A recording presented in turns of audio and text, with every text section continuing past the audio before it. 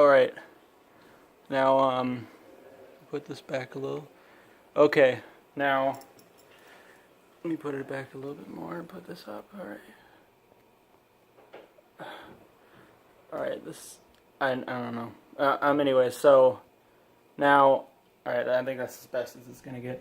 Okay, so, I know, like, if my second to last video, man, I'm not gonna quit, obviously, but, I know I said Kid A is my favorite album of all time, and this one right here, Spirit They're Gone, Spirit They Vanished. I know I said it's my second, but this album, I just, the more I listen to it, it just seems like the more I like it, and I honestly think this is my favorite album now, like of all time. It already had my favorite song on it, and the first time I heard that song, I was in class, and I put the album on my phone because I heard a lot of highly regarded stuff, and I wasn't even into Animal Collective.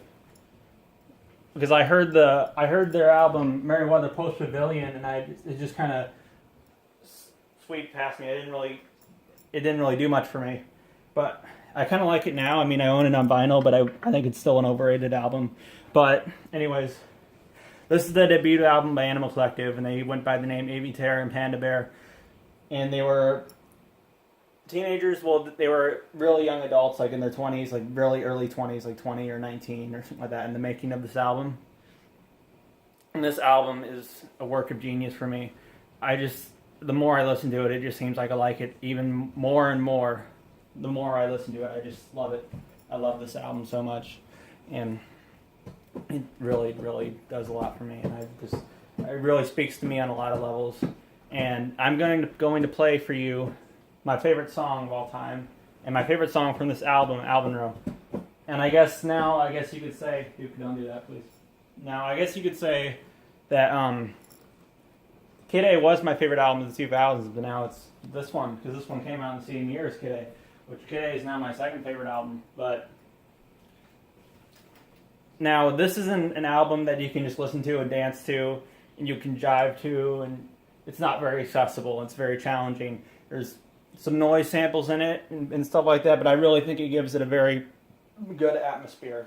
Portrays what it's supposed to, the meaning that it's supposed to portray, the pain. There's a lot of, like, it deals with, like, growing up, and there's a lot of lyrics about loss and love and all this stuff. It's beautiful in a way, and it's beautiful, it's saddening.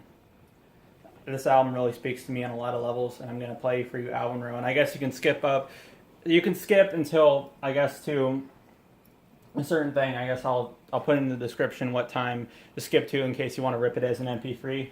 So, anyways, I'm going to... And also, this album is definitely my most prized possession for records, because this thing cost me like $100. So I'm just going to take this very slowly, put it right here.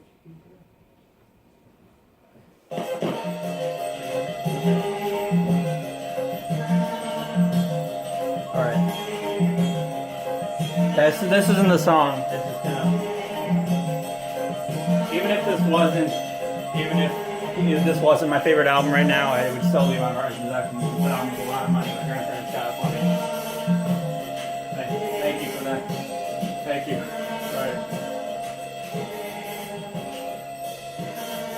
And I'll be quiet when this song plays.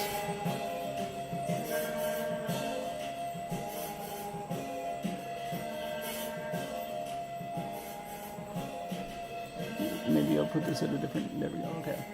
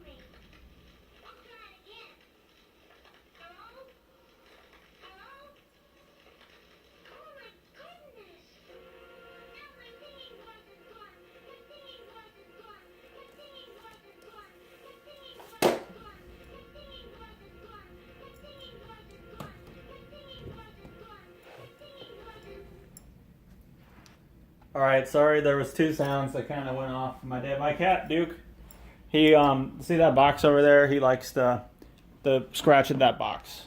And the second sound, I was trying to get a CD out, which I'm actually going to show you.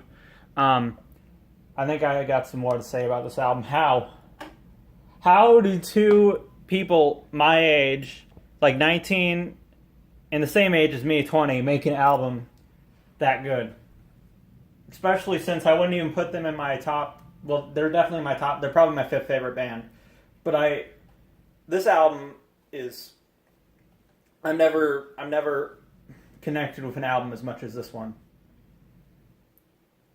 I legitimately think I like this album even more and more, especially the song more and more the more I listen to it. There's so many good songs on here. This Alvin is by far the best in my opinion on this.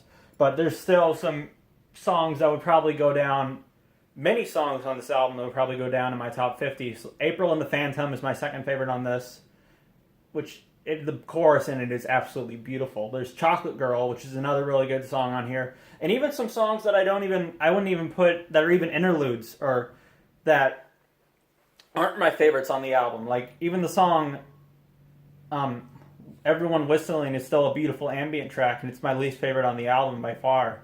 And even just the song that's almost like near a power electronic song, the Untitled track, I really, really like that track. It really aged well with me.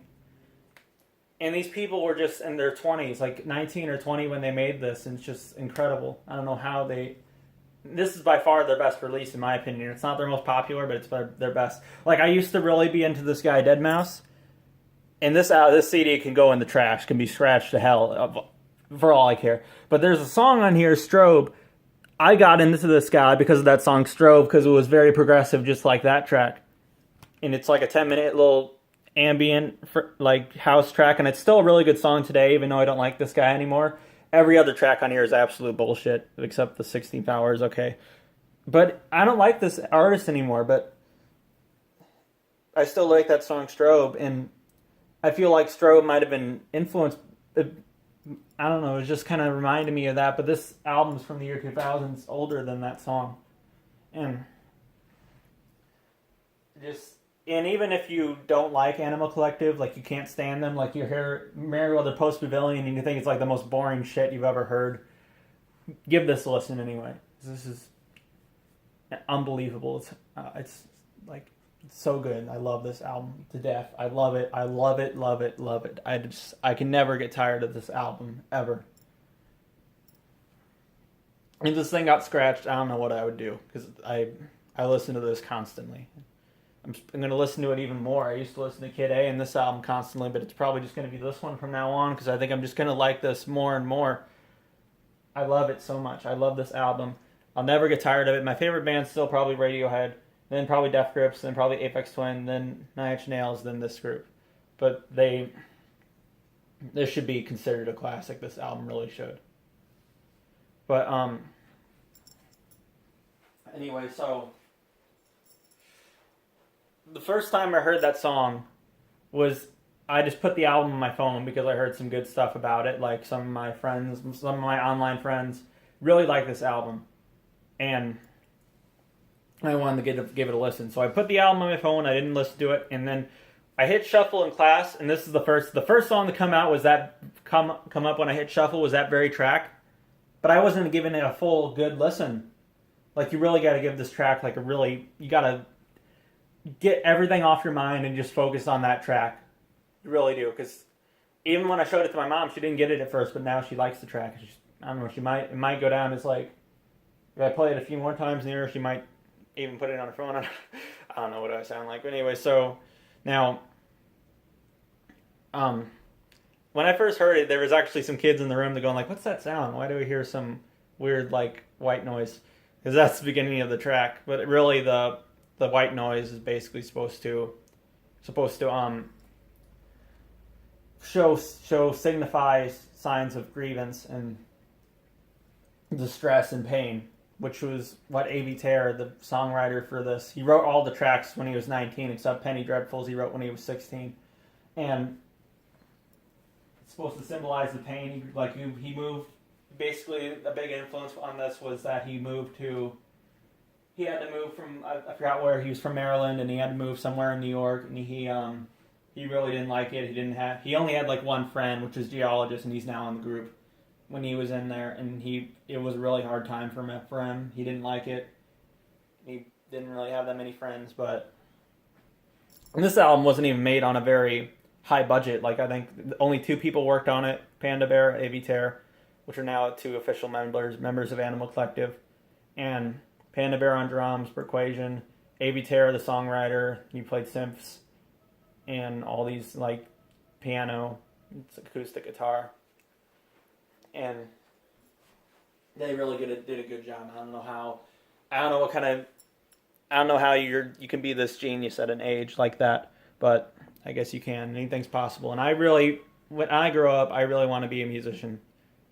And that laptop, I feel like I want to make some, and if I do make an album, it's probably going to be very influenced by this one, because